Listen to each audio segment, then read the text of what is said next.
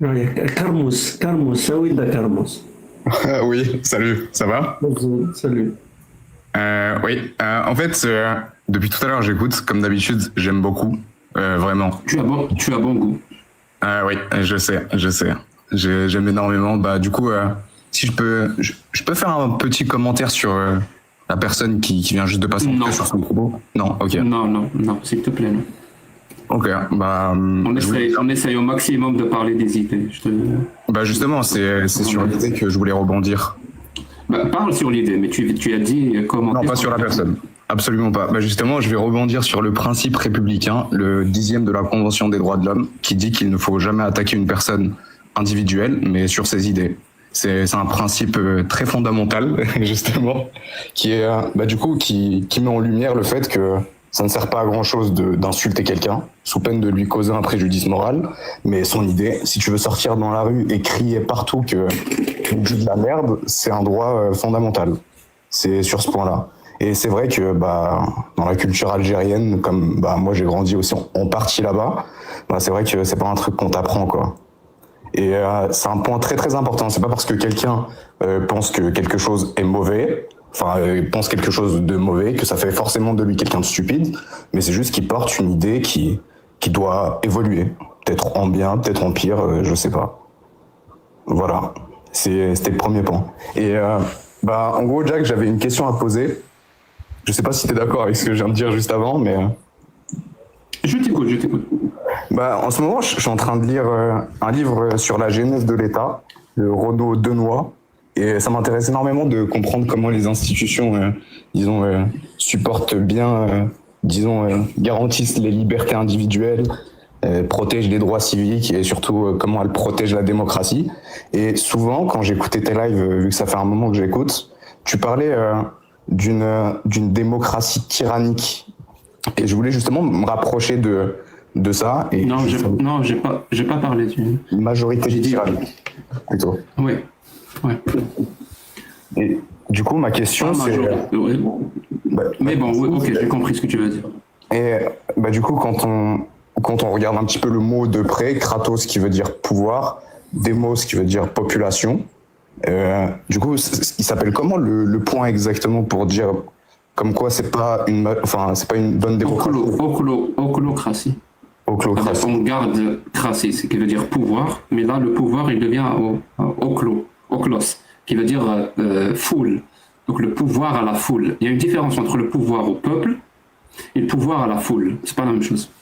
C'est le populisme, du coup. La foule décide de quelque chose de manière majoritaire, c'est une foule. Et en respectant aucun principe. C'est-à-dire la foule, je sais pas, par exemple, 90% d'une population d'un pays décide majoritairement d'éliminer les 10% restants. Voilà. C'est une décision majoritaire de la foule, pas du peuple. Parce que le peuple, c'est les 100%. Oui, Tu mais comprends? pour qu'une foule décide, justement, il faut enlever les libertés individuelles. Ça veut dire qu'il n'y a pas réellement de débat. Les droits et rationnel. libertés individuelles et collectives, et surtout le principe de l'égalité. On peut, Et on peut le tout ça rapprocher qui du sont populisme. basés. Pardon? On peut le rapprocher du populisme, justement. C'est vrai, en partie. Non. Oui, C'est autre chose. si c'est un populisme, Ça dépend, mais non, c'est pas. Populisme, c'est une façon de discourir, voilà, qui fait appel à la démagogie et tout. Ouais, c'est ça. Qui joue sur ce qu'on Sur appelle. l'émotion. oui, mais il peut y Non, avoir un qui joue sur les majorités, Oui. qui sont relatives. Je te donne un exemple, hein, pour que tu comprennes. Je cherche des exemples. Voilà, prenons l'exemple de la France. Voilà. Si on dit les non-musulmans, c'est une majorité. Donc j'ai pris un critère pour définir. Avec ce critère, j'ai segmenté tous les citoyens et je dégage une majorité et une minorité. Parce que le critère que j'ai pris, c'est musulman. Donc si tu joues que sur ça, là tu fais un discours démagogique populiste. Mais pourquoi c'est une majorité relative? C'est-à-dire elle est artificielle, dans le sens artificiel. C'est-à-dire même les personnes qui sont dans cette majorité-là, des non-musulmans, pensent qu'ils sont dans la majorité du peuple. Alors que c'est pas vrai. Peut-être que dans cette population-là, qui est majoritaire non musulmane, peut-être qu'il y a des noirs. Donc si je prends la couleur de peau comme critère, ben, ces noirs-là vont devenir minoritaires. C'est-à-dire tout dépend du critère que tu prends pour définir majorité et minorité. Et le discours populiste ou démagogique, justement, il cherche à convaincre justement cette majorité. Il leur dit que vous êtes la majorité, que vous pouvez décider sur la minorité. Mais si on prend ça comme principe, tu prends un risque. Parce qu'à chaque fois qu'il y aura une majorité qui va se dégager, ça dépend le critère qu'on prend, ben, peut-être qu'on va décider aussi à ta place. Un jour, tu étais dans une majorité, tu as écrasé au nom de ce principe-là la minorité, mais un autre jour, avec un autre critère, tu vas te retrouver dans une minorité. Donc, tu acceptes aussi qu'on t'écrase, tu vas le refuser. Ben, si je comprends bien, tu essaies de dire en fait que le discours politique prend avantage de la culture dominante existante. Avec des critères. Parce que même culture dominante, ça veut rien dire. Ça veut rien dire. Parce que c'est plein de points. Quel point tu vas prendre? Tout dépend du point que tu vas prendre. Le critère que tu vas prendre pour dégager une majorité. La culture dominante. Okay, donc, même le mot culture dominante ne veut rien dire. Dans cette culture-là, il y a quoi? Mais c'est les caractéristiques. Est-ce que toutes les personnes que tu as dégagées avec cette culture dominante vont être d'accord avec tout ce qu'il y a dans la culture dominante? Je peux t'assurer que non. Non, moi non Je peux te promettre que non. Je suis pas d'accord, mais il faut quand même réussir à déterminer avec des caractères qu'est-ce qui est la culture dominante pour la définir, pour pouvoir l'analyser.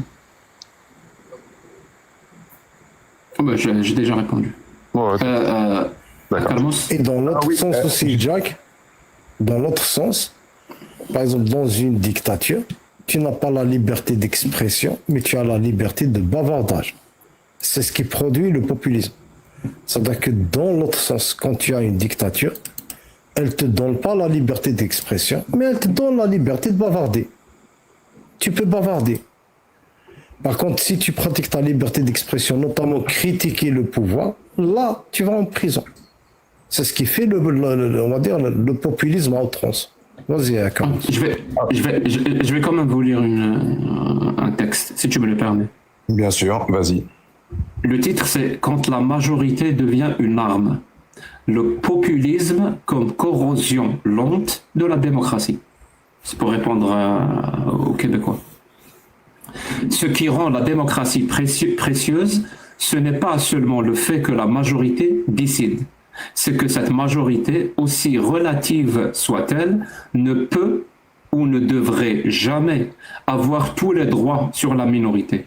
La démocratie n'est pas la loi du plus grand nombre, mais un équilibre fragile entre la volonté collective et les droits individuels. Quand on oublie cela, on entre dans une autre chose, une dérive populiste, où la majorité devient un prétexte, un outil de domination, un masque pour faire passer l'inacceptable. Le populisme commence souvent par une flatterie. Le peuple a toujours raison. Mais quel peuple? Et surtout, quelle définition du peuple choisissent-on d'utiliser? C'est là que la manipulation commence. On crée une majorité artificielle, émotionnelle, identitaire. On gomme ses contradictions internes. On fait croire qu'elle est unanime, légitime, évidente. Puis, on l'utilise pour imposer des mesures qui grignotent lentement ce que la démocratie avait de plus noble, la protection des plus faibles face aux impulsions des plus forts. Ce processus est long, discret, légal. Il n'y a pas de coup d'État, pas de suspension des institutions, pas de bottes dans la rue. Juste des lois votées, des discours martelés, des petites exclusions acceptées. Un voile, une école, un droit, un logement. Et à chaque fois, on dit que ce n'est pas grave. C'est que c'est la volonté populaire, que c'est démocratique. Mais ce n'est pas la démocratie. C'est l'usage stratégique de la majorité comme une arme d'exclusion. Une majorité toujours définie selon les besoins. Ethnie, religion, langue, origine sociale, orientation sexuelle, statut migratoire. Il suffit de changer le curseur et chacun peut devenir minoritaire et donc vulnérable. Ce jeu est dangereux, car aucune majorité n'est absolue ni stable. Chacun peut passer selon les contextes du camp des décideurs à celui des décidés. Le noir non musulman qui veut exclure les musulmans aujourd'hui pourrait voir demain sa propre couleur de peau devenir le nouveau critère d'exclusion. C'est pour cela que les droits fondamentaux ne devraient jamais être soumis au vote. Parce que la démocratie, ce n'est pas la loi du nombre. C'est le cadre qui empêche le nombre de devenir une tyrannie. C'est l'architecture qui garantit à chacun, majorité ou minorité, sa dignité, sa sécurité, sa place. Et lorsqu'on commence à éroder ces fondations au nom du peuple, au nom de la majorité, on ne fait pas que trahir la démocratie, on la transforme lentement en autre chose. C'est un système où les droits ne sont plus garantis, mais négociables, où la liberté dépend du bon vouloir des foules. Et ce jour-là, ce n'est plus une démocratie, même si elle continue à se nommer ainsi. Voilà. Bravo, bravo. J'avais l'impression d'entendre le chemin vers le fascisme et le totalitarisme. C'était magnifique. Merci. Ouais, Est-ce que ce texte peut devenir, juste un instant, Je me demande qui a écrit ça, là? C'est moi.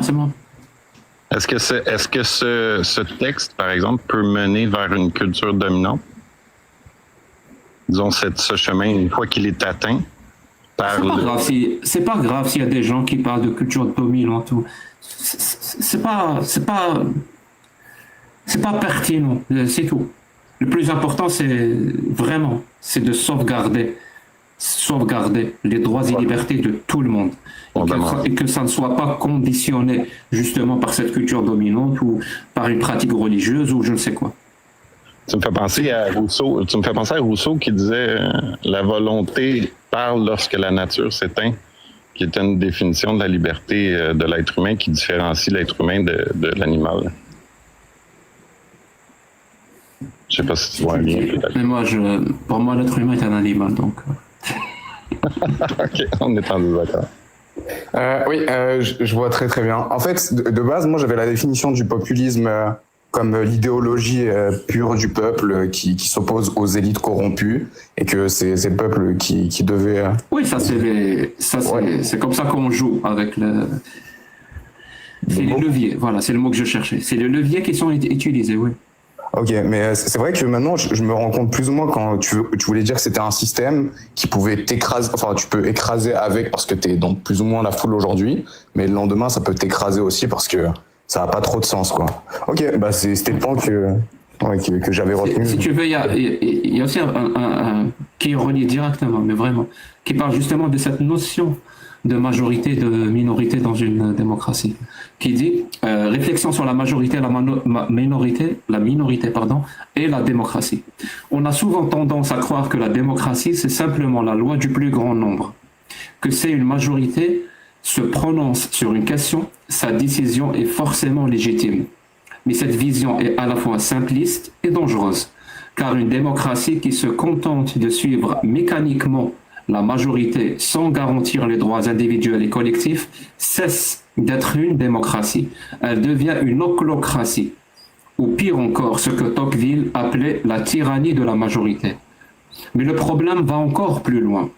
Ce qu'on appelle majorité et minorité est toujours relatif. Cela dépend entièrement du critère qu'on choisit. C'est dont je te parlais tout à l'heure.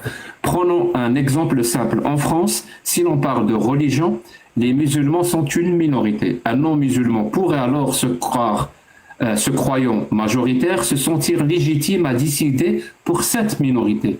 Mais si l'on change le critère et que l'on regarde par exemple la couleur de peau, cette même personne, si elle est noire, devient elle-même une minorité. Et là, elle refusera sans doute que la majorité blanche décide à sa place de ses droits ou de son identité. En d'autres termes, la majorité n'est pas une essence stable. C'est une construction contextuelle et arbitraire, selon qu'on regarde la religion, la langue, l'ethnie, le sexe, l'orientation sexuelle, la classe sociale ou l'origine géographique. Tout le monde peut être majoritaire ou minoritaire à un moment donné. Si la majorité décide sans limite, personne n'est en sécurité, car chacun est une minorité déguisée. C'est pour cela que la véritable démocratie ne peut pas se réduire en nombre. Elle repose aussi et surtout sur des principes intangibles. L'égalité devant la loi, le respect des libertés individuelles et la protection des droits fondamentaux, car ces droits ne sont pas négociables, même si une majorité s'y oppose. Ce n'est pas la majorité qui fait la justice, c'est la justice qui protège chacun contre la majorité. Et c'est seulement à cette condition qu'on peut parler de démocratie véritable. Un régime dans lequel les citoyens, qu'ils soient 100 ou un seul, sont protégés non par leur nombre, mais par leurs droits. Voilà. Pardon, j'ai fait quelques petites erreurs. Excellent, excellent. Honnêtement, Jack, j'avais lu Descartes, puis j'avais l'impression d'entendre la raison pour laquelle il a fait table rase. Parce qu'il s'est dit, c'est beaucoup plus la pluralité des voix qui détermine les mœurs qu'un seul homme. Puis ce que tu viens de dire, c'est exactement le même concept philosophique que Descartes pour lequel il a commencé ses recherches personnelles. Voilà. Et je rappelle juste, encore une fois, parce qu'apparemment il faut toujours le rappeler, parce qu'il y a quand même une pensée binaire parfois, ce que je viens de lire, je l'ai écrit. Et ça a pour but primaire, je le rappelle, pour but primaire, de pousser à la réflexion. Voilà. C'est pas grave si vous n'êtes pas d'accord avec moi. C'est pas grave. Vraiment, le but, c'est de pousser à la réflexion. C'est la philosophie, mais je ne suis pas d'accord avec l'autre truc que tu avais dit plus tôt. Es-tu plus philosophe que je croyais, Jack? Je sais pas. Moi, j'ai jamais compris ce terme, ce qualificatif de philosophe. J'ai l'impression qu'on l'accorde qu'après la mort. Et vraiment, c'est l'impression que c'est... Ouais, c'est l'impression. Je l'accorde avant la mort, d'abord. Ouais, c'est rarement le cas. Ou alors, il y a des philosophes autoproclamés. Ça, c'est autre chose. Tout à fait. Voilà, suivez mon doigt. Pardon, calme-moi, je t'écoute. Ouais, en vrai, merci beaucoup. Donc, moi, tu m'as clarifié un truc et c'est vrai que dans ma tête, ça fait plus sens maintenant. Et en vrai, j'avais une question que je voulais te poser depuis un moment, mais dernièrement, j'avais des partiels, etc. J'étais pas trop sur les lives. Et je voulais justement te poser la question plus ou moins un peu, disons, un peu large.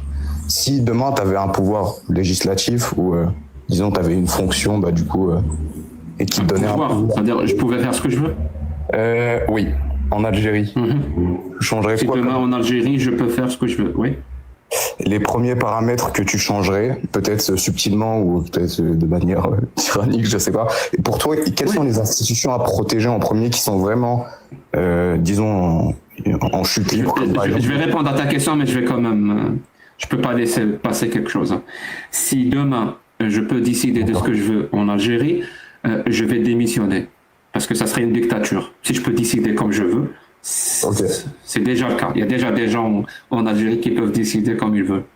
C'est vrai. C'est pas bon ça. Voilà. Désolé. Personne n'est parfait, personne ne sait tout.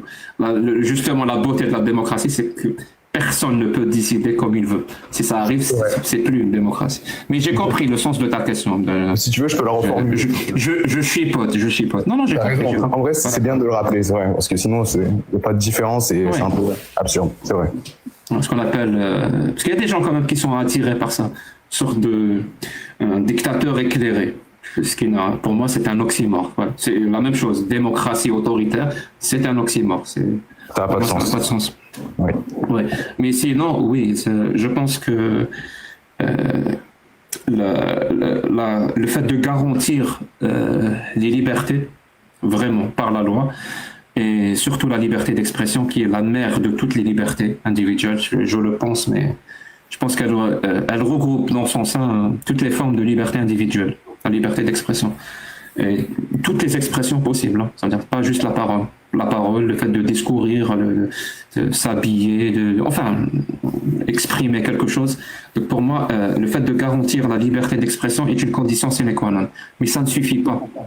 Parce qu'un pays peut garantir la liberté d'expression, s'il ne garantit pas autre chose, ça ne sert à rien, la liberté d'expression. Et la deuxième chose qu'on doit garantir dans un pays, et j'ai l'impression que parfois c'est la chose la plus difficile, soit par omission, soit par oubli, soit c'est très difficile sur le terrain. C'est-à-dire il faut garantir un cadre de liberté d'expression, et surtout, il faut garantir un cadre où toute utilisation de la violence dans l'espace public pour imposer un discours doit être punie, condamnée. Et que ça doit être une tolérance zéro. Vraiment, tolérance zéro. C'est-à-dire, si tu viens parasiter le cadre de liberté d'expression où les gens peuvent échanger, débattre comme ils veulent, tu vas le parasiter avec une forme de domination, où tu veux intimider ou même utiliser la violence pour imposer quelque chose et que l'État ne fait rien. C'est-à-dire, il y a une sorte de laxisme par rapport à la violence qui est utilisée dans le débat public. Ben, ça ne sert à rien d'avoir une liberté d'expression. Parce que l'État, c'est ça son rôle, de garantir un cadre de liberté d'expression et de garantir que ce cadre-là ne doit pas être parasité par l'utilisation de la violence. Tolérance zéro, je le répète, hein, tolérance zéro. Donc c'est ça pour moi l'essentiel. Et je pense que s'il y a ce genre de choses demain en Algérie, voilà, hypothétiquement parlant, on est dans l'hypothèse, hypothétiquement parlant, je pense que ce genre de discussion peut émerger.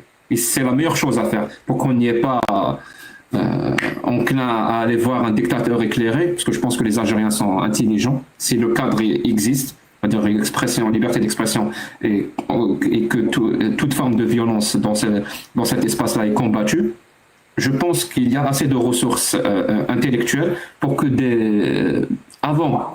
j'allais parler de solutions, mais avant de solutions, pour que la discussion, on arrive à identifier clairement les problèmes qu'il y a, les problèmes structurels ou même spécifiques dans n'importe quel discours. Une fois qu'on les a bien identifiés, parce qu'il n'y a aucun parasitage d'aucune autorité violente ou religieuse ou quoi que ce soit, quand les problèmes sont identifiés, on va chercher les solutions par nous-mêmes et ça va émerger vraiment par cette matière grise algérienne qui existe. Elle est juste complètement étouffée comme elle existe ailleurs dans le monde. Hein. C'est pas spécifique à l'Algérie. Et ces solutions-là vont émerger, elles vont toucher le secteur de l'éducation, le secteur des médias, le secteur de la gestion politique, de la gestion sociale. Elle va toucher absolument tout.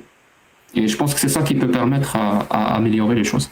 Oui, Karim, tu n'es pas d'accord avec Et moi, Jack, je suis pas d'accord par rapport à sa question. Pour moi, il y a une deuxième solution qui est la meilleure. C'est-à-dire, si moi j'ai le fédéralisme. Non, si moi j'ai le pouvoir. Ok. C'est toi qui as le pouvoir. Si moi j'ai le pouvoir. Je demande. Regarde. Je demande. Très simple. Oui. Je proposerai moi-même un projet vraiment démocratique dans le sens de la réforme, de la démocratie. Et je laisse les autres concurrents. Même si le peuple maintenant, il vote pour les autres. Je suis d'accord avec moi.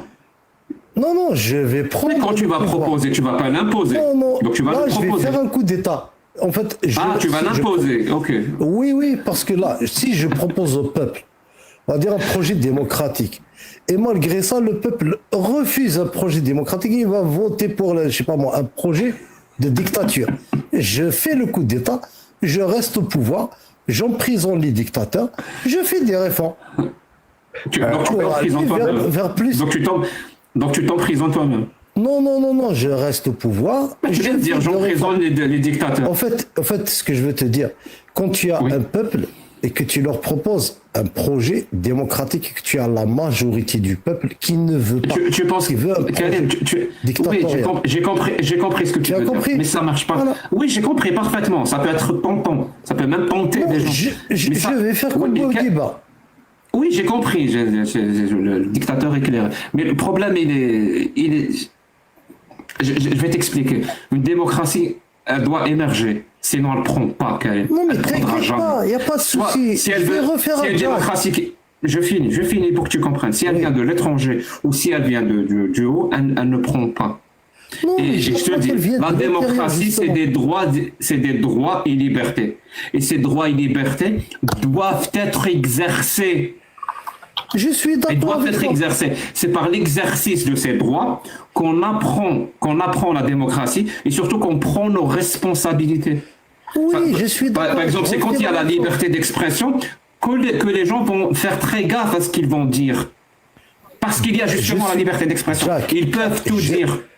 Je S'il n'y a suis pas la d'accord liberté avec toi. d'expression, ben c'est des enfants. C'est Non, comme si c'était t'inquiète des pas enfants. aussi, t'inquiète pas, je vais faire Donc le toi, coup d'État. au lieu de Je faire vais- émerger des citoyens adultes, tu vas continuer à les traiter comme des Justement, enfants. Et non, mais espérer pas un du tout, miracle. Pas du tout, pas du tout. Bah, c'est un Pas petit du peu tout. quand Je même. peux répondre? Pas du tout. Regarde.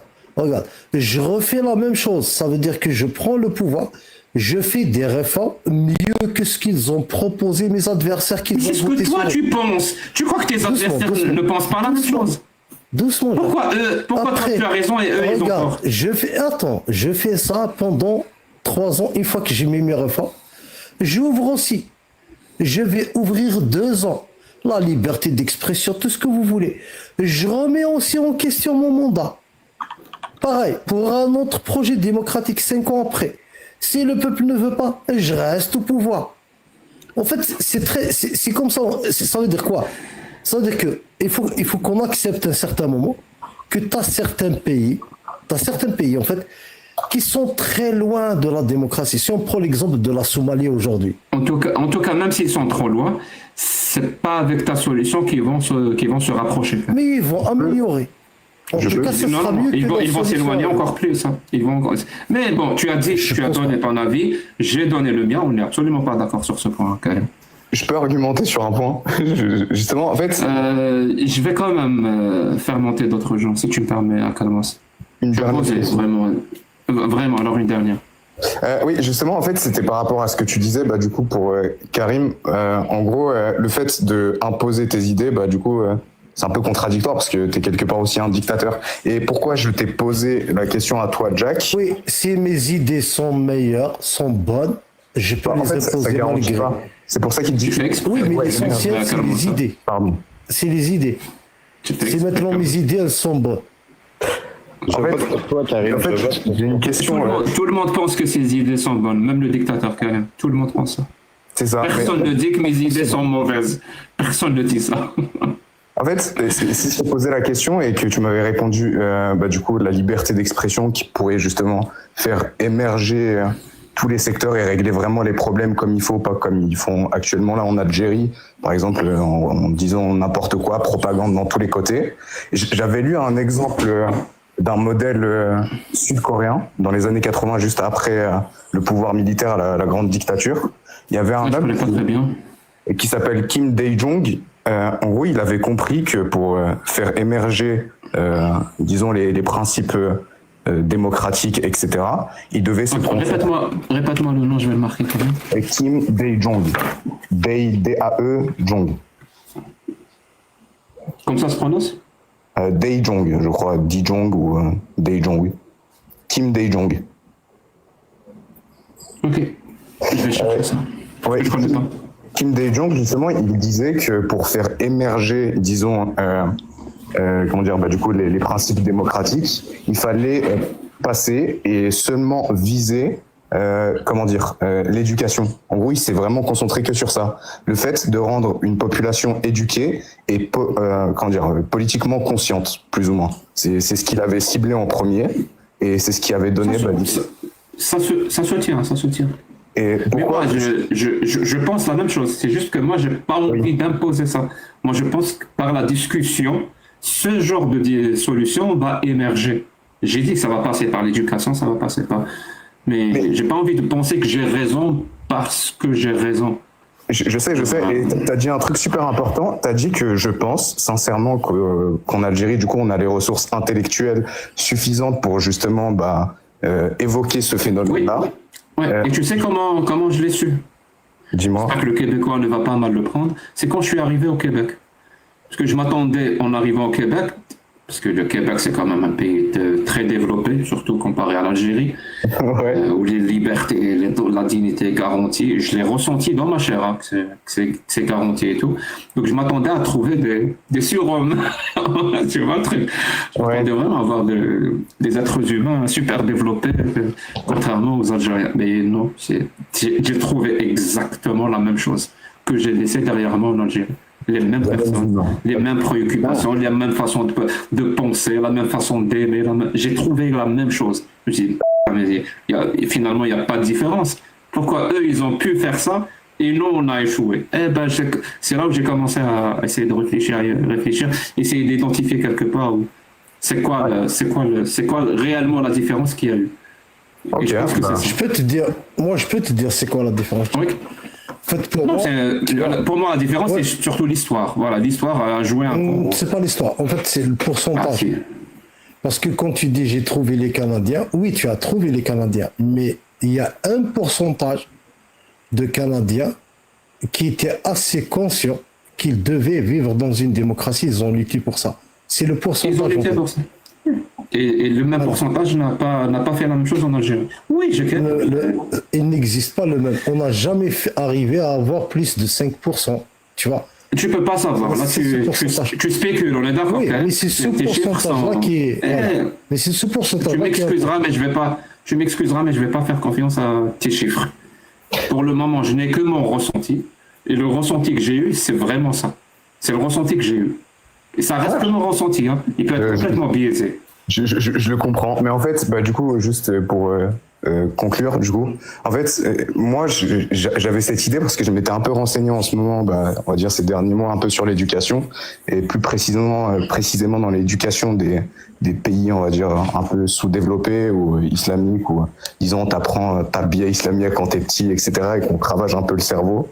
En fait, du coup, ce Kim Dae-jung, il a dit que c'était pas possible de faire apprécier à quelqu'un quelque chose de bien s'il ne connaît pas l'utilité de ça. Et c'est pour ça que, du coup, pour moi aujourd'hui, ça soutient. pour moi, vraiment, si l'éducation c'est, disons, un point clé, du coup, c'est le premier levier, disons, à accentuer comme il faut pour rendre.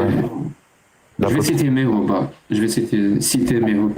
Voilà, Mehob, si tu nous regardes. Merci beaucoup, mon ami. Oui, pas de souci. Merci beaucoup. Je vous dis à la prochaine et merci encore pour le live. Prends soin de toi. Merci. Au revoir. Merci, Yakam. Salut. Attends. Je vais voir s'il y a des personnes que je connais qui veulent monter. Est-ce que vous voulez que je ferme le live ou Non, continue. Karim, il va dormir bientôt, mais nous, on est enfants. Ah non, on est bien. Hein? T'es enfant? Il est déjà en train de dormir, il était déjà en train de rêver. Il a des rêves de dictateur.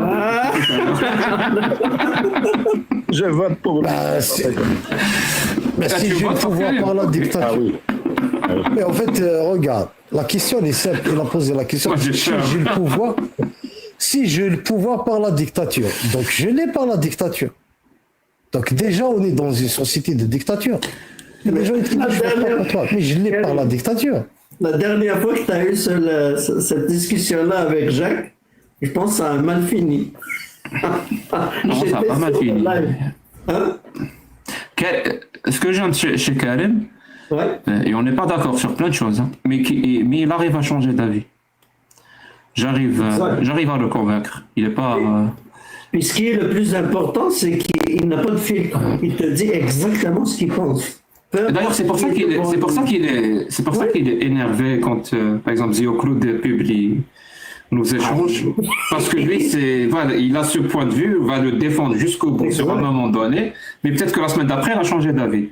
Mais le problème, c'est que Zio Claude va non, dire, sur Zio Claude, il ne changera jamais d'avis. Karim ne changera jamais d'avis sur Zio Claude, et je le soutiens. Non, en fait, c'est l'ouverture. Il faut qu'on arrive à comprendre, tu vois. Par exemple, si on prend des exemples, qu'on soit réaliste. Moi, je suis quelqu'un de réaliste, c'est tout. Si je prends la Tunisie, le cas de la Tunisie qui est important pour moi, si je prends le cas du président tunisien qui s'appelle Bourguiba. Bourguiba, par rapport aux Tunisiens, C'est-à-dire, si aujourd'hui, on prend le cas des femmes, les femmes tunisiennes, elles ont ces droits-là, c'est grâce à Bourguiba, c'est pas grâce à la majorité des Tunisiens. C'est pas grâce, par exemple, on va prendre la polygamie.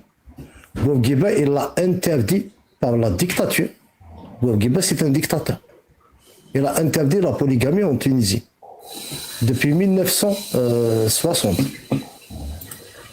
L'Algérie, regarde, l'Algérie indépendante depuis 1962. On est en 2025, la polygamie, elle est encore autorisée. Alors que Bourguiba, lui, il a interdit sa fille depuis 80 ans.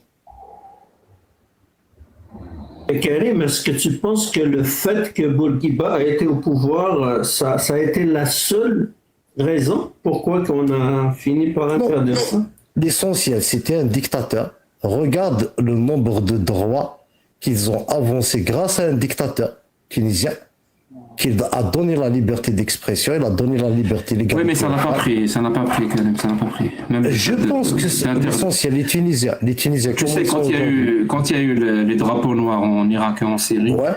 le pays qui a envoyé le plus de combattants, c'est la Tunisie. Je suis d'accord avec toi, Jack. Mais donc, si on prend 1900... Ça marche pas. Oui, mais est-ce que... Vas-y, dis ce que tu vas dire, parce que j'ai vraiment envie de changer de sujet. Oui. Si on prend sur la Tunisie et l'Algérie, qui a plus de capacité d'aller vers la démocratie? Qui a le pétrole? Qui a le gaz? La Tunisie est un petit pays qui ne dispose pas de ressources. Qu'est-ce que t'en sais? Où est-ce que ça... Comment t'es arrivé à la conclusion que le pétrole et le gaz... C'est que... J'ai pas fini. Que le pétrole et le gaz aident à accéder à la démocratie. Peut-être que c'est le contraire. Peut-être que le pétrole et le gaz, c'est justement un obstacle à la démocratie. Qu'est-ce que t'en sais, Karim? L'essentiel, disposer d'une ressource pour l'État et encore plus. Qu'est-ce que t'en sais? Peut-être que c'est la pénurie, justement, de ressources qui pousse les peuples à aller vers la démocratie. Qu'est-ce que t'en sais?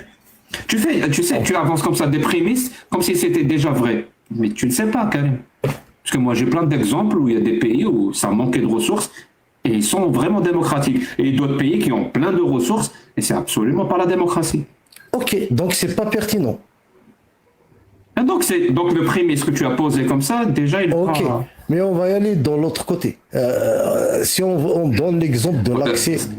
Ouais. C'est le dernier point, carrément. Vas-y. Mais si on donne l'exemple, si on compare l'Algérie et la Tunisie, l'Algérie a plus de cas, a plus d'écoles, a plus d'universités, a plus que la Tunisie. Mais par contre, si on regarde aujourd'hui, il y a plus de liberté, il y a plus de démocratie, il y a plus en Tunisie qu'en Algérie. Parce que les gens se sont battus pour leurs droits. Peut-être que la qualité des écoles... Peut-être que la qualité des écoles en Tunisie, elle est meilleure aussi.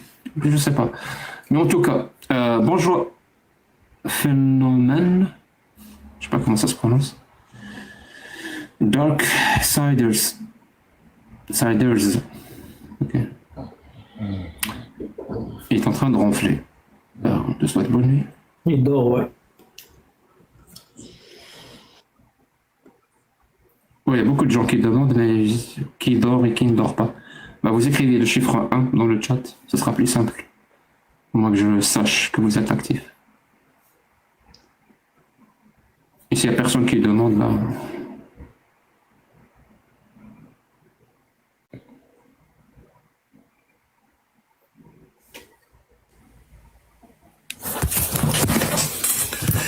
Salut tout le monde. Bonsoir, comment se prononce ton pseudo? Akanda Absus. Pardon? Akanda Absus. Akanda Absus, ok. Ouais, tu peux juste m'appeler Jojo, c'est mieux. Ok, Jojo, c'est mieux. Ok, du coup, comment allez-vous? Très bien. Ok, merci, moi aussi je vais bien.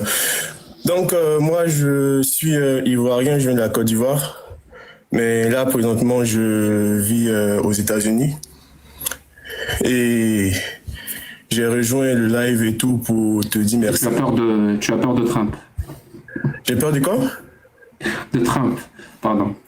Ah non, par contre, j'ai pas peur de Trump. Hein. Je l'aime bien. Je l'aime bien. Oui, il est très aimable avec les Ivoiriens. Oui, je t'écoute. Bon, après, je suis pas d'accord avec tout ce qu'il dit, mais il y a d'autres sujets où je suis d'accord avec lui, quoi. Bon, bref, j'ai rejoint le live et tout pour... Ça fait environ 2 semaines que je t'ai découvert et que je me mange tes lives Comment tu m'as découvert? Pas YouTube, pas YouTube. C'est YouTube qui t'a suggéré. Pardon? C'est une suggestion de YouTube, c'est-à-dire le. Exactement.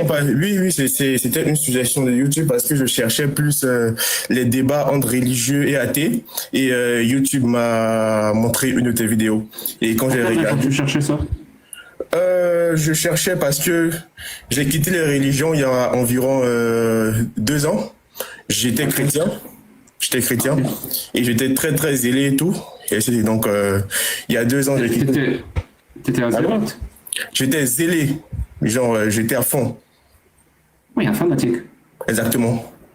Bon, après, à regarder tes lives, ça prouve que les religieux sont des fanatiques. Hein. Donc, c'est une. la majorité des religieux. Non, c'est une généralisation que je trouve abusive. Mais vas-y, je t'écoute. Ok.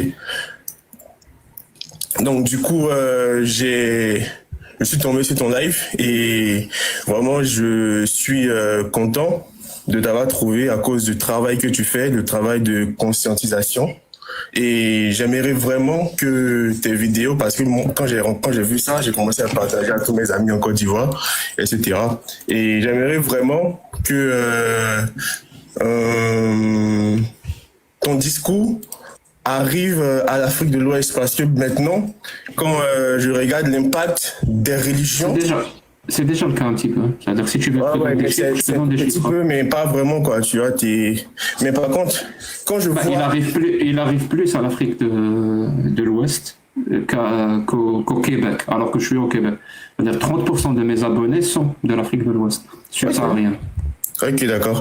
Donc du coup, quand je vois l'impact des religions sur mon continent, je me dis qu'on a besoin des gens comme toi de plus en plus, quoi. Et en Afrique de l'Ouest, principalement, par exemple, quand on prend un pays comme le Congo, il y a plus d'églises que d'écoles. Mais bizarrement, quel est le pays qui fait partie des pays les plus pauvres au monde? Ah bah c'est le Congo, il figure, malgré qu'ils ont les ressources... Disons qu'il y a une corrélation entre les deux. De là à conclure qu'il y a causalité... on ne peut pas savoir. Je vais te prendre un exemple simple. Voilà. Aujourd'hui, tu as le Congo qui est en guerre. Tu as des gens qui meurent au Congo, etc. Et qu'est-ce que les Congolais préfèrent faire? Les Congolais préfèrent partir prier dans les églises, tu vois. Ils préfèrent prier dans les églises. Quand tu leur demandes pourquoi vous ne vous révoltez pas contre votre gouvernement qui fout la merde, etc., qui utilise l'argent du peuple, ils disent qu'on attend une intervention divine. Ils disent... Parce que ça sert à ça les religions. Exactement. Donc, elle a un double rôle, la religion. C'est pour ça qu'elle est si propagée. Et si j'arrive pas à trouver le mot.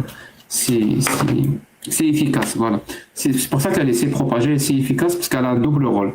C'est-à-dire, elle a le rôle que tu viens de dire là, c'est-à-dire celui de faire croire à une justice divine, à une justice après la mort, parce que s'il y a une justice divine, Dieu va pourvoir à toutes les injustices que tu vis aujourd'hui. C'est quoi l'éternité après la mort devant une vie actuelle? L'éternité après la mort, c'est tellement plus important que la vie actuelle. C'est pour ça que les gens vont dire, quand ils subissent une injustice, ils vont dire, Dieu va pourvoir à ça, va récupérer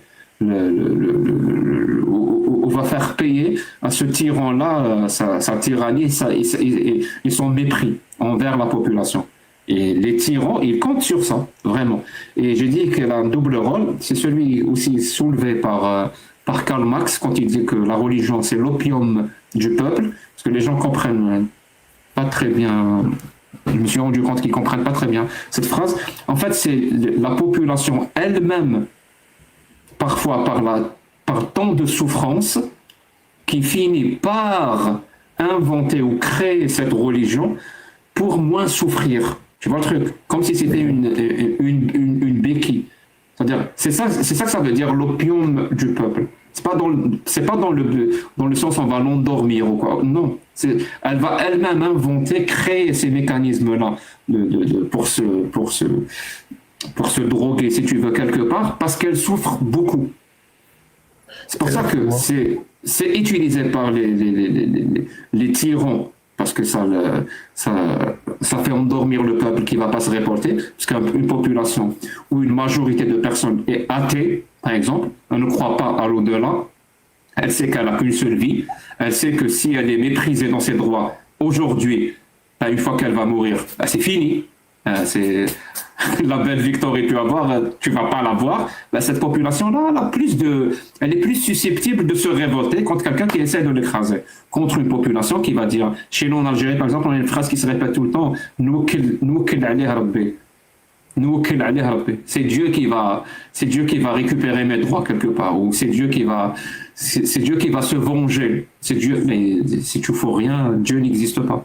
Donc c'est pour ça que c'est joué c'est utilisé par les tyrans, mais c'est aussi utilisé par la population elle-même. Ok. Et là, je suis totalement d'accord avec vous. Si vous suivez l'actualité, là, je suppose que vous connaissez le président Ibrahim Traoré, le nouveau président du Burkina Faso. Qui essaye de révolutionner un peu. Il est comme Karim, voilà. Il a la bonne solution et il va l'imposer.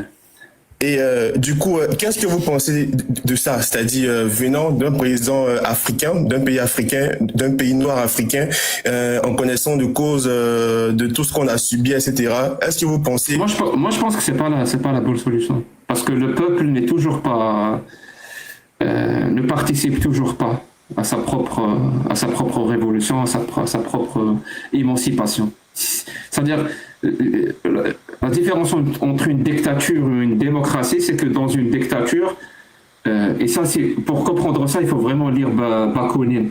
C'est ce rapport-là qui dit que on a des papas, voilà, c'est quelque part, soit le papa est dans le ciel, soit c'est un papa qui nous gouverne. En tout cas, il y a un rapport entre les enfants et le père. C'est lui qui sait mieux que nous.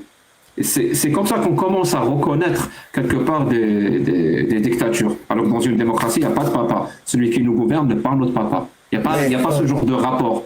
C'est pour ça que la religion, c'est la source de toutes les dictatures. Parce que c'est la forme primaire de ce rapport-là d'autorité. C'est-à-dire, il y a le Dieu qui est au-dessus de nous, et nous, on est en dessous. C'est-à-dire, il y a déjà un rapport d'autorité entre nous et Dieu. Dieu, il est plus puissant que nous, il sait mieux que nous. Donc, si on commence dès l'enfance à croire à cette idée-là, qu'il y a quelque chose au-dessus de nous qui sait mieux que nous, ben, cette même image, on peut la transposer à des dictatures où il y a toujours des papas ou des gens plus éclairés qui ont un rapport d'autorité avec nous, qui savent mieux que nous.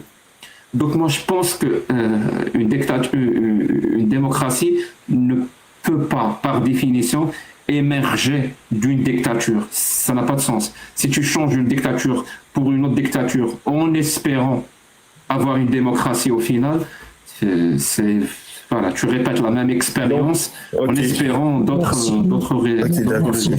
Merci beaucoup. Salam alaikum, bonsoir à tout le monde. Zoul, bonsoir à tout le monde. Et laisse-le finir. Ok. Donc, du coup, si je comprends bien. Il a fini. Écoute, mon frère, tu as pas. Salam alaikum, bonsoir. Peut-être qu'il va partir, quand même. Par contre, moi, je ne vais pas répondre à sa question. Hein. Si par exemple, tu peux par exemple, si ce type-là, il prend le pouvoir, ferme ton micro s'il te plaît. Donc, il prend le pouvoir, c'est à toi de juger pendant son mandat. Je vais répondre à sa question. Moi, j'ai une autre réponse là. Pendant son mandat, par rapport à la situation des pays, il peut y avoir une évolution du pays. Après, c'est ce que j'allais dire, parce que j'avais pas fini. J'allais dire, mais je connais pas la personne. Donc, je vais attendre et je vais voir ce que ça va donner. Mais par principe, voilà ce que je pense. Ok. Donc, du coup, pourquoi vous l'avez descendu? Donc, du coup, par principe, vous pensez que d'office, tous les pays du monde entier doivent pratiquer la démocratie? Non, pour moi, les droits et libertés, qui sont les principes démocratiques, ne peuvent se défendre que par l'exercice. Tu peux pas défendre des droits et libertés sans les exercer. Ça n'a pas de sens. Ça n'a pas de sens pour moi. Vraiment, ça n'a pas de sens. Et donc, exercer ces droits et libertés-là, signifie forcément, s'il y a une personne autoritaire au-dessus de nous qui va décider à notre place, ça va forcément dire se révolter contre lui. Parce qu'on exerce son droit et on exerce son liberté. Mais ça reste intéressant de savoir si l'illusion que le peuple a de cette espèce d'éveil, de révolution, est-ce que ça va les mener à suivre un... C'est pas la première fois que ça arrive en Afrique. Exactement. Ni en Afrique de l'Ouest. Ok, mais Il y a eu ce genre de questions et c'est toujours le même mécanisme et les gens... Non, mais je sais, en fait, moi je suis dans une optique... je suis blasé un petit peu de ce côté. Je suis dans une optique de compréhension parce que je t'ai entendu parler de démocratie, etc. Et vraiment, j'ai été bluffé. Mais lorsqu'on regarde l'état actuel de l'Afrique, parce que depuis la colonisation, etc., le système occidental nous a été imposé par la force avec la colonisation et tout. Donc du coup, quand tu regardes le bilan de la démocratie qui nous a été imposée depuis les années 1960, de nos jours, aux États africains noirs, penses-tu que la démocratie est une réussite pour les Africains noirs, selon toi, Jack le Fou? Quand tu regardes... Moi, je connais pas de démocratie en Afrique. Donc, du coup, ok, d'accord. Donc, en Afrique, il n'y a pas de démocratie pour toi. En Afrique noire, je vois pas de démocratie que je pourrais qualifier de démocratie pleine ou je dirais même parfaite. Mais il y a des régimes des sociétés plus libres que d'autres, mais on n'est pas encore au niveau de démocratie pleine ou démocratie parfaite. Et en plus, tu nous dis que imposé par l'Occident, après, c'est deux choses qui se contredisent. Démocratie imposée par l'Occident. Il n'y a rien de démocratique dans le fait d'imposer une démocratie par l'Occident. Mais après c'est ce qui s'est passé. Hein. Après, c'est ce qui s'est passé quand on regarde l'histoire, etc., avec la colonisation. C'est un système politique qui nous a été imposé. Vrai ou faux, Jack le Fou? Oui, Oui, mais non, mais le processus intellectuel se passe déjà en ce moment en Afrique et à travers le reste du monde. Le processus intellectuel africain, déjà depuis, disons, par exemple, on peut citer un exemple de Cheikh Anta Diop, même si ça a pris une mesure un peu démesurée, justement. Mais le processus intellectuel africain se développe déjà depuis un siècle déjà. Parce que avant l'arrivée des colons, etc., nous avions nos propres systèmes de royauté, etc., qui fonctionnaient hyper bien. Donc, à l'arrivée... ils fonctionnaient pas si bien que ça, finalement. Et pourquoi? J'ai bien envie de savoir pourquoi. Parce qu'on a été des cibles faciles pour être colonisés. Pardon? Parce qu'on a été des terres très, très faciles et très simples à coloniser. Donc on n'était pas si bien que ça. Va coloniser les États-Unis, mon pote. Va coloniser le Canada. Ok, d'accord. Maintenant, pourquoi aujourd'hui on ne pourra pas coloniser les États-Unis, etc.? C'est parce qu'ils sont bien armés et tout, mais cela ne signifie pas... Bon, même avant. Donc, si on parle au 19e siècle et tout, c'était pas possible. Et pourquoi? Dis-moi le facteur. Dis-moi donc le seul facteur. Parce qu'on n'a pas, en tant qu'Africains, on n'a pas pris nos responsabilités en tant que peuple, en tant que citoyen, pour justement instaurer un système. Parce qu'il y a beaucoup de causes, beaucoup de choses qui nous ont peut-être empêchés là-dedans, mais on porte en nous une responsabilité aussi. C'est-à-dire qu'il ne faut pas non plus à chaque fois jeter la responsabilité sur les autres. Si on a été aussi débile que ça, on s'est laissé coloniser. En plus, avec beaucoup de complicité interne, il ne faut pas le nier. C'est que voilà, on n'a pas su construire des sociétés très fortes, capables de résister. C'est vrai, là je suis complètement d'accord avec vous. Et la raison de cela, je pense que ça vient de l'esclavage. Je pense que l'esclavage, la traite arabo-noire qu'il y a eu, et ensuite... Et la traite négrière aussi. Exactement, voilà. Il y a toute une histoire. Mais il ne faut pas non plus se reposer sur ça et à chaque fois dire... non, on n'avait qu'à se révolter. On n'avait qu'à construire une société. C'est vrai. On n'avait qu'à vouloir une meilleure vie et avoir les moyens de notre politique. Tu sais, Albert Camus disait que face à une situation, il n'y a que 2 réactions possibles. Pas 3, juste 2. Face à une situation. Soit l'acceptation, soit la révolte. C'est vrai. Si tu n'acceptes pas, c'est que tu te révoltes. Si tu ne t'es pas révolté, c'est que tu as accepté. Tu peux pas dire je me révolte pas, mais je n'accepte pas. Non, mon pote, tu t'es pas révolté. Bah, tu as accepté. C'est Donc, vrai. on était vraiment dans ça. Il y a un Peut-être adage. qu'on manquait de qui dit, moi, il y a plein de choses qui peuvent rentrer en compte. Mais au bout d'un moment, il faut prendre nos responsabilités. En plus qu'on a vécu, enfin, nous, C'est vrai. moi, j'ai pas vécu, toi non plus. Après, nos c'est aïeux, ça ce que qu'on nos dit, ouais, aïeux exactement. ont Donc, vécu par rapport nous sommes la réflexion. à l'esclavage ou à la colonisation et tout. Ouais. C'est horrible, c'est horrible. C'est vrai, Ça peut que laisser des traces. c'est vrai. Et par Même ce moi, point, quand je tu pense vois à que ça, tous les peuples ont souffert de... Tous les peuples, je pense, hein, peut-être que je me trompe, mais je pense que tous les peuples ont souffert de colonialisme ou d'esclavagisme quelque part dans leur histoire. Ouais. J'essaye d'imaginer un peuple qui a échappé à ça. Il n'y a que 5 trouve pays pas, au je monde. trouve pas. Il y a que 5 pays au monde actuellement qui n'ont pas subi de colonisation sur leur propre territoire. Ça existe. Non, je parlais de colonisation et d'esclavage, les deux. Donc, ouais. Donc, et là, moi, je suis totalement d'accord avec vous, hein, parce que, même moi aussi, je le dis, hein, il y a un adage que j'aime bien, un esclave qui n'est pas capable d'assumer sa révolte ne mérite pas qu'on s'apitoie sur son sort. Et il y a Kanye West qui a... non, pas du tout. Je suis pas d'accord. Je peux pas laisser passer ça. Je suis désolé. Ah bon? C'est pas du tout ce que je dis. C'est pas du tout ce que je dis. En plus, Après, moi, j'aime bien. Non. Attends, laisse-moi terminer avec ce que je voulais dire avec ce que Kanye West a dit et tout. Kanye West, il a dit 400 ans d'esclavage, que finalement, ça ressemble à un choix. Et parce qu'il n'y a pas vraiment eu de révolte. L'esclavage, par définition, c'est ne pas avoir le choix. Si tu avais le choix, c'est que tu n'étais pas un esclave. Mais après 400 ans C'est dans la d'esclavage, définition quand même, même. après 400 ans d'esclavage, quand même, c'est abusé, quoi, tu vois. Oui, je te dis que ça laisse des traces. Ça laisse de Exactement. grosses traces. Oui, mais ça ne veut pas dire que c'est une fatalité. Ça laisse des traces. Voilà, c'est tout. Il faut toujours qu'il y ait des hommes et des femmes qui prennent leurs responsabilités dans ces sociétés-là, qui luttent, qui prennent les devants, qui provoquent des révolutions tranquilles, par exemple, et qui essayent de pousser les droits et libertés, la dignité humaine, contre Exactement. vents et marées.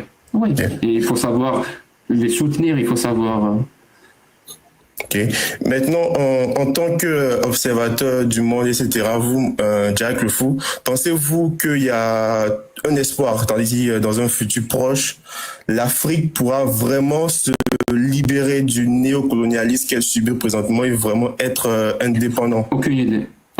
Moi, je pense que l'Afrique, c'est très, très, très vaste comme continent. L'Afrique Vraiment noire, très vaste, pardon. très- C'est vrai, vous avez raison. Peut-être que j'ai fait un peu d'amalgame. Même l'Afrique noire, ça reste toujours vaste. Ça veut dire que tu as juste exclu l'Afrique du Nord. Bon, oui, L'Afrique mais de parce l'Ouest, que c'est pas l'Afrique après, de l'Est, c'est pas l'Afrique je sais c'est pas. l'Afrique centrale, c'est pas Centrafrique et c'est pas l'Afrique du Sud. Il y a des... Ok, d'accord. Bon, Je sais pas, je pense que c'est du cas par cas. Je pense qu'il y aura des pays qui vont faire mieux que d'autres. ok. Il y aura des pays qui seront toujours dans des guerres civiles interminables. Et je ne sais pas ce que l'avenir nous réserve, je te le cache pas. Ok, ok. Est-ce que je suis optimiste? Oui, je suis optimiste par contre. Ok. Donc, c'était un plaisir de discuter avec vous, Jack Le Fou, et avec tout le monde ici. Et merci de m'avoir éclairé sur plein de trucs, etc. Et je continuerai à suivre le live et bonne soirée. Merci beaucoup. Merci beaucoup. Vas-y. C'est très gentil de ta part. Et surtout, vous me continuez permettez. votre combat. Hein. Bon, je sais pas, continuez ce que vous faites, c'est très bien. Il faudrait que tout le monde se réveille face au danger des religions. Bah, tu n'as qu'à le faire. Après, je n'ai pas la même, J'ai un je n'ai pas la conseil. même tout le monde, compétence et Je peux lui les donner un mêmes conseil, Jack. connaissances que vous, monsieur Jack. Pardon, Colin? Je vais lui donner, je vais me permettre de lui donner un conseil parce que les jeunes d'aujourd'hui, ils ont cette façon d'imaginer le passé mieux que le présent. J'ai un compte parce que quand tu as dit nos ancêtres, tu vois, au passé. C'est-à-dire, vous avez cette notion-là d'imaginer que quand tu vas en arrière, il y a mieux que le présent. Chose que vous faites erreur. Tu sais, tu vas revenir 50 ans en arrière, tu vas trouver de la barbarie. 50 ans en arrière. La barbarie. Tu comprends? Les gens coupaient les mains, coupaient les pieds. Avec des haches. Ok.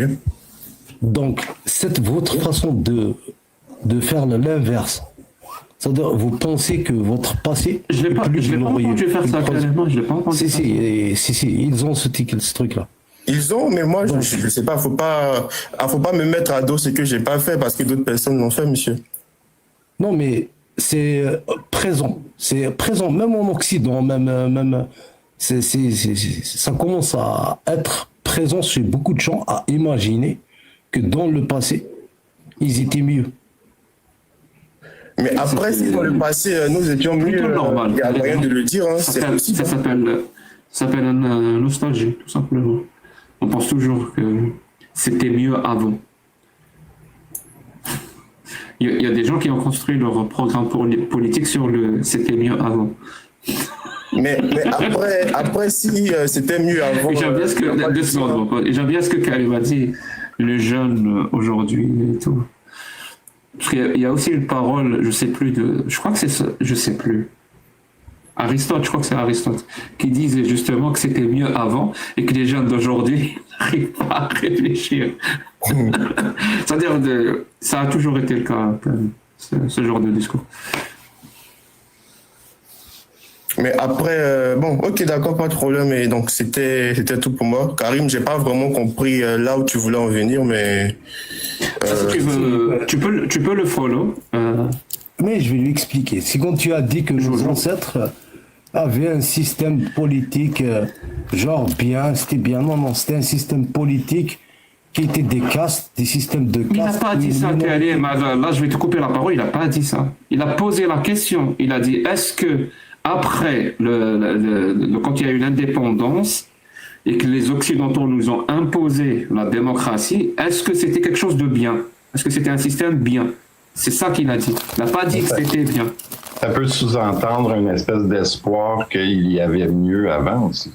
Si, moi je l'ai pas décidé. Avant la colonisation, moi oui. Avant la colonisation, et dans les systèmes, dans leur culture et leur système africain, on va dire ça, dans les systèmes tribaux ou leur culture, comme eux ils géraient, c'était mieux. C'est ce qu'on dit. Peut-être que j'ai dit, après, qu'est-ce que vous pensez des résultats de la démocratie? C'est-à-dire, bon, je vais te poser une question. Nous avions des sociétés avant. Exactement. J'ai dit, nous avions des sociétés. On va arrêter avec j'ai dit. Avant la colonisation, les systèmes africains, est-ce qu'ils étaient bien ou pas? Personnellement, je pense que oui. J'ai fait un peu de recherche dessus. Non mais, Jacques Le Fou, pourquoi vous riez? Personnellement, je pense que oui. Parce que quand on a parlé tout à l'heure, je t'ai dit que c'était pas bien vu qu'on était des... Non mais je parle des terres très colonisables. Non, c'est vrai. Ça, je ne dis pas le contraire, mais moi je parle sur le plan moral, sur le plan... moral. Pardon? Akanda, je peux répondre à ta question extrêmement rapidement. Ok, vas-y. Si tu cherches à savoir s'il y a une civilisation qui a réussi à maintenir pendant un long temps une certaine société équilibrée, tu pourrais te dire, l'Égypte ancienne, pendant 3000 ans, avec le polythéisme, a réussi à maintenir une société sensiblement stable. Donc, si tu cherches à chercher une société, dans l'Égypte ancienne, elle existait. Le problème, c'est qu'ils étaient polythéistes. Donc... Ok, mais ça c'est un truc que je sais déjà. Et nos sociétés africaines vivaient un peu selon les normes de l'Égypte antique. C'est-à-dire, on a quelques similitudes dans nos traditions. Oui, Jacques Le Fou, tu peux faire ce visage, mais on a quelques similitudes avec l'Égypte antique. L'Afrique entière. Pardon? L'Afrique entière. Pardon? Il faut inclure l'Afrique entière. Exactement, mais oui, voilà. Donc, du coup, bon, ok. Donc, du coup, l'Afrique entière a quelques. Tu penses quoi des Kémites? Là, je vois dans les commentaires, etc., ça parle des Kémites. Ok, à ce que je pense des Kémites, je pense que pour moi, être Kémite, c'est le fait d'accepter sa nature noire. Donc, je pense que tu es kémitisme, j'accepte ma nature. J'accepte ma nature noire, tu vois, mais derrière les croyances. C'est quoi une nature noire? C'est quoi une nature noire? Le fait d'accepter. Est-ce que moi je peux être Kémite? Tu peux être Kémite, moi? Bah, tu n'es pas noir, je sais pas. Je sais pas. Mais derrière. Je peux pas. Attends, Jack. Pourquoi toi tu peux et moi je peux pas?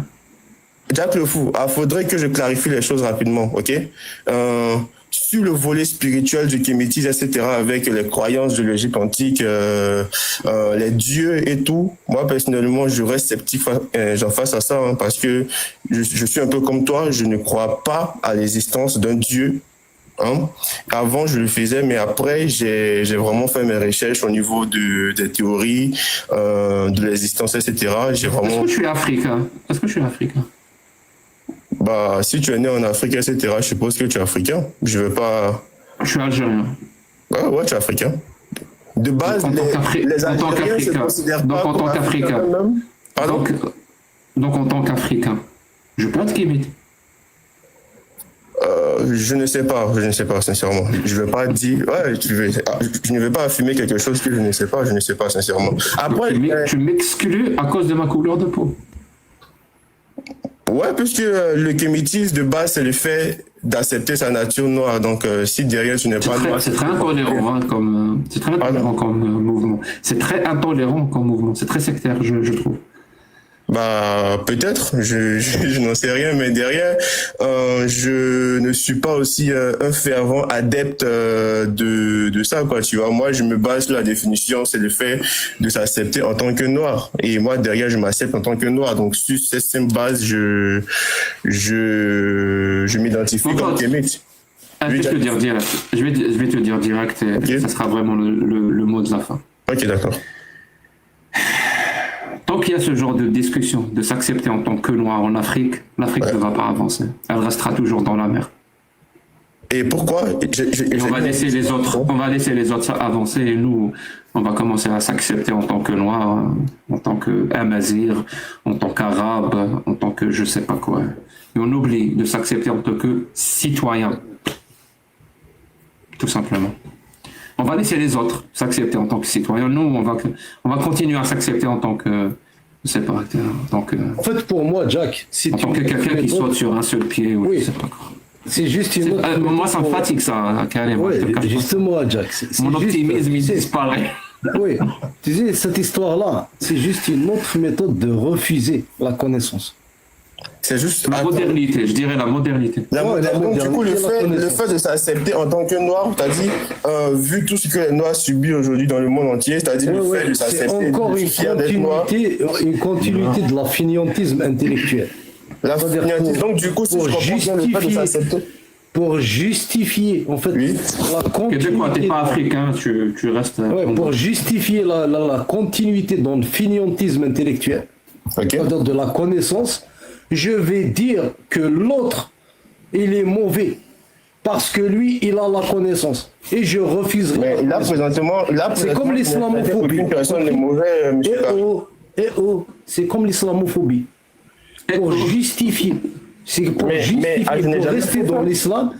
Pourquoi vous me prêtez des mots, monsieur Karim? Je n'ai jamais traité quelqu'un de mauvais ici. Je n'ai jamais dit, bien au contraire. Je vous ai exalté dans votre combat, etc. Tu vois, je n'ai jamais traité quelqu'un de mauvais parce que il avait la connaissance ou quoi que ce soit. Faut pas me prêter les mots. J'ai juste dit, selon la définition du kémitisme que je connais, le fait de s'accepter en tant que noir, je me définissais comme kémite, tu vois. Et derrière, je n'ai je te le dis.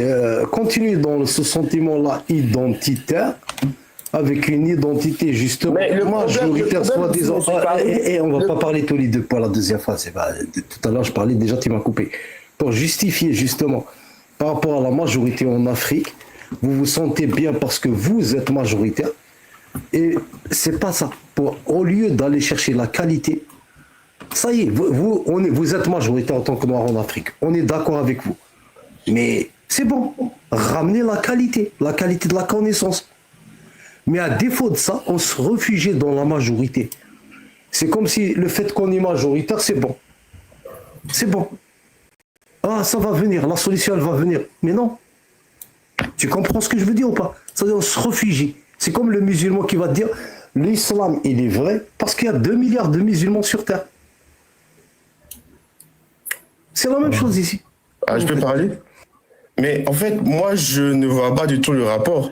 Moi, je ne vois pas du tout le rapport. T'as dit, si tu m'avais demandé pourquoi je tiens ce genre de propos, là, au moins, on pouvait comprendre. Parce que là, tu ne sais pas qu'est-ce que je pense réellement. Si aujourd'hui, je me dis fier d'être noir, tu vois, d'une part, c'est à cause de tout ce qu'on subit, c'est à cause de tout ce qu'ils nous ont dit, tu vois, que ça soit venant des Arabes, venant des Blancs, etc. À un moment, il y avait même des scientifiques qui disaient que la couleur noire, c'était la couleur du mal par excellence, tu vois.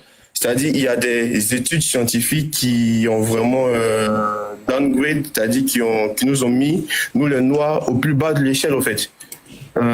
Donc aujourd'hui, si un noir essaie de se réapproprier, tu vois, sa culture, essaie de se réapproprier son identité en disant que je suis fier d'être noir. Aujourd'hui, être noir, ce n'est pas synonyme de quelque chose de mauvais.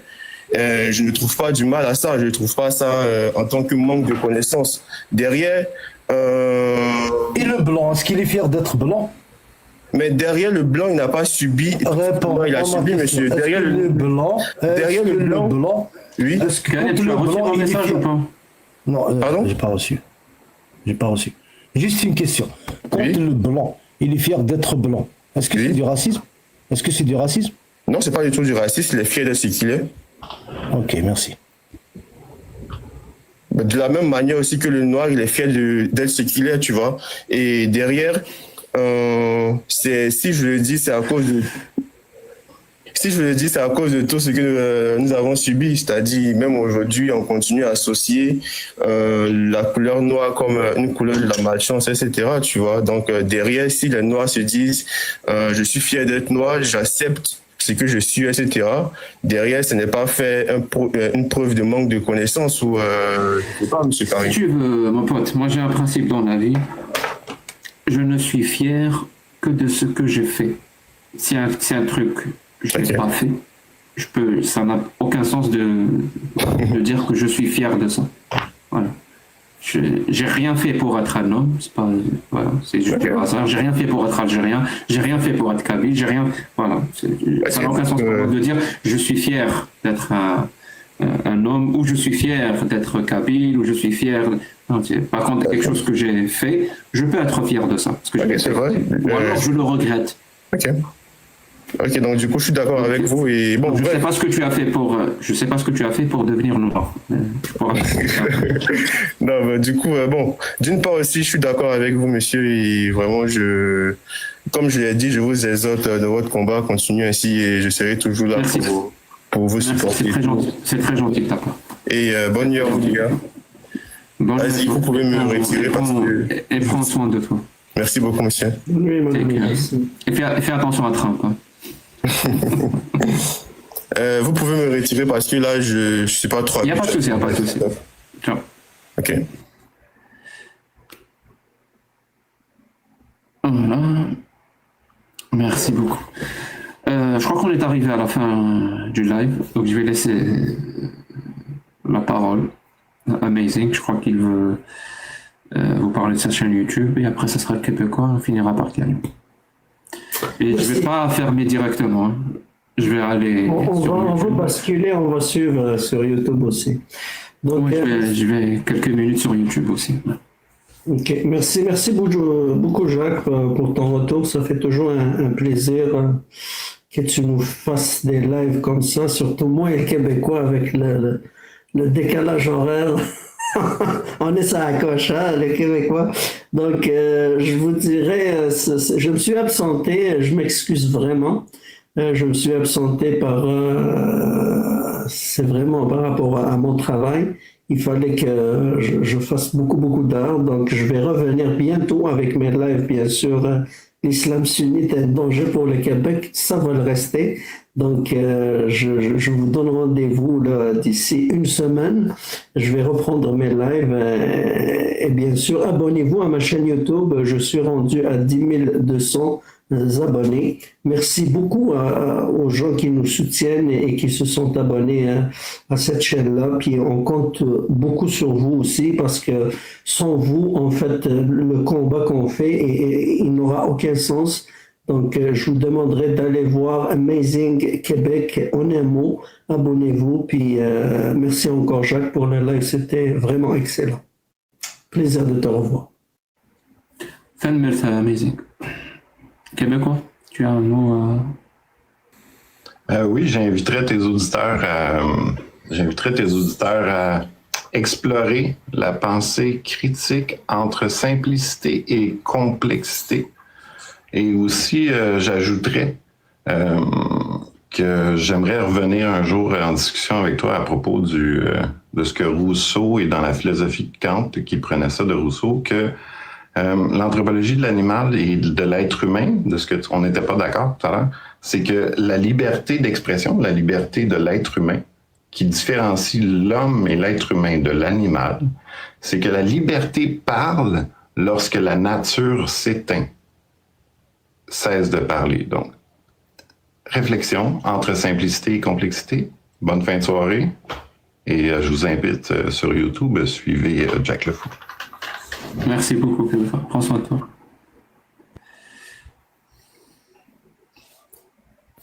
Bah, merci pour le live, Jack. Franchement. Ah, il fait jour chez toi? Bien sûr, il fait jour. Oh, purée.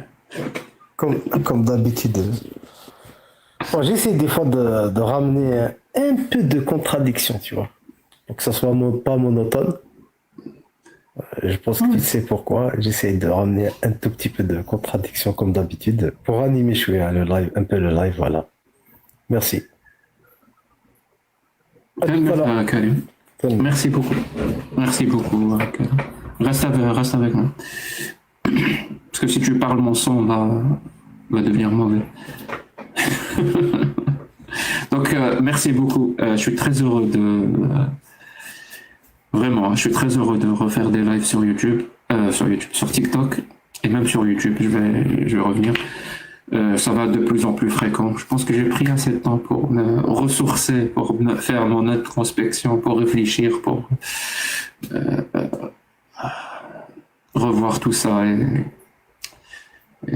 je sais pas, faire des analyses ou appelez ça comme vous voulez. Voilà. À un moment donné, on doit prendre une petite pause comme ça pour revoir les choses et penser. Voilà, penser par soi-même, et penser tout seul, penser contre soi-même. Donc merci beaucoup d'être venu à une heure aussi tardive. Je vous promets que ça va pas être toujours le cas.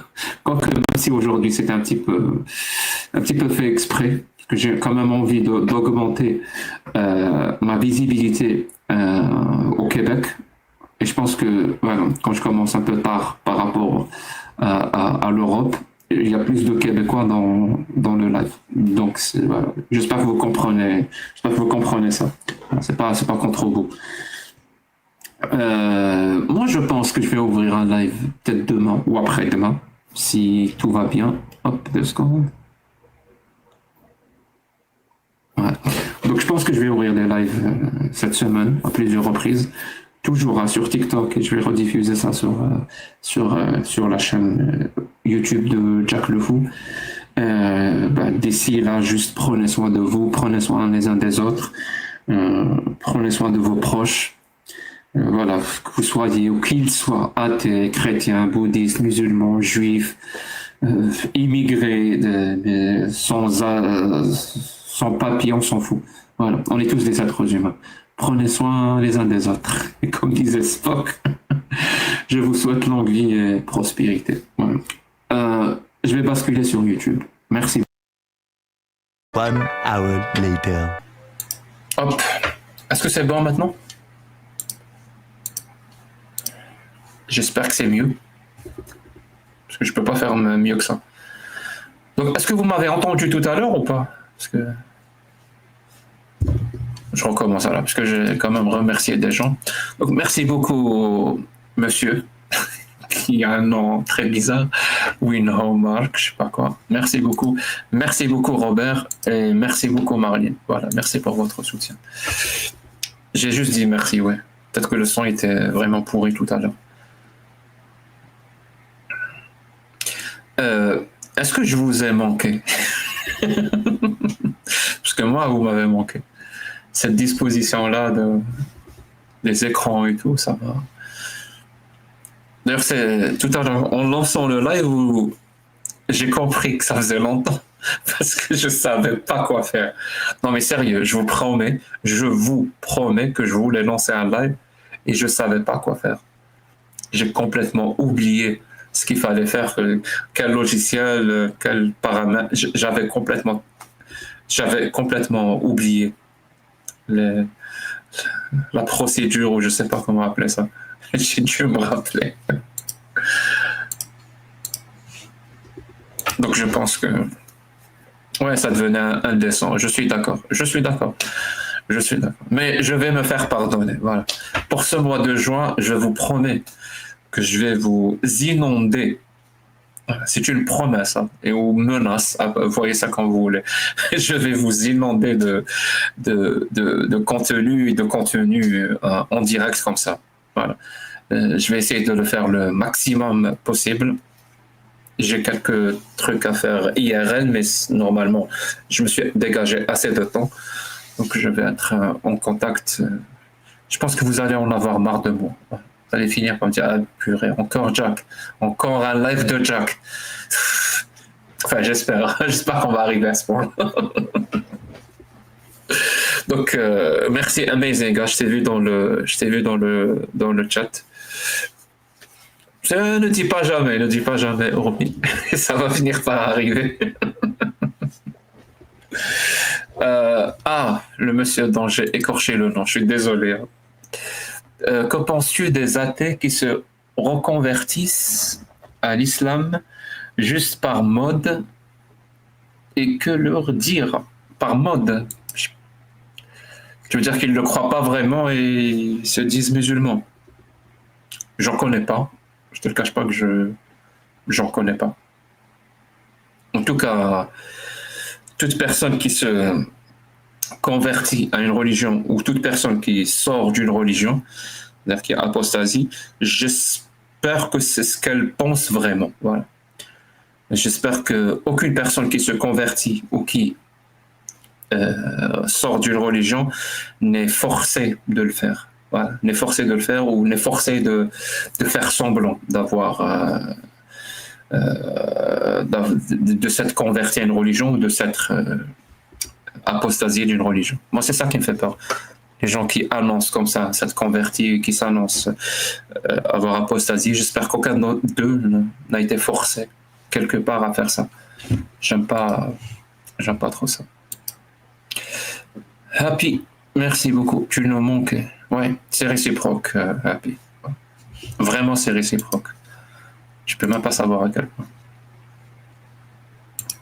Donc, merci beaucoup pour les gens sur YouTube. Merci d'avoir suivi. Je vous donne aussi rendez-vous les prochains jours, les prochaines semaines, les prochains mois. On va redoubler d'efforts maintenant qu'on a rechargé les batteries, maintenant qu'on s'est un petit peu focalisé. Voilà. Je sais exactement ce que je dois faire et comment le faire et quand le faire. C'est beaucoup plus précis dans ma tête, c'est beaucoup plus clair, c'est moins flou, c'est moins confus. Je sais avec qui faire les choses, avec qui avancer, avec qui on apprend. Voilà. C'est avec les erreurs qu'on avance dans la vie. Et moi, j'espère que je vais aller très très loin. Pardon, c'est une blague. J'espère que quelques-uns ont compris la blague. Donc, prenez soin de vous, prenez soin des autres. J'espère qu'on se retrouvera le plus vite possible. D'ici là, essayez de propager l'esprit critique au maximum. Que ça ce soit les chaînes qui vulgarisent l'esprit critique, ou que ce soit des chaînes qui parlent ou qui vulgarisent les connaissances, vraiment des vraies connaissances, que ce soit philosophiques ou scientifiques ou n'importe quoi d'autre, ou des chaînes qui critiquent l'islam et qui le font bien. Et voilà, essayer il faut maintenant d'être vraiment actif et commencer à bousculer de manière directe, mais légale, voilà, je précise, bousculer de manière directe et légale toutes ces religions-là qui veulent nous faire chier en nous imposant une conduite ou une certaine forme de respect des idées qui sont complètement farfelues, débiles et parfois atroces. Voilà, faut y aller à fond. Voilà, il faut que les athées et les non-religieux se réveillent un petit peu. Voilà. Merci beaucoup et prenez soin de vous. À la prochaine.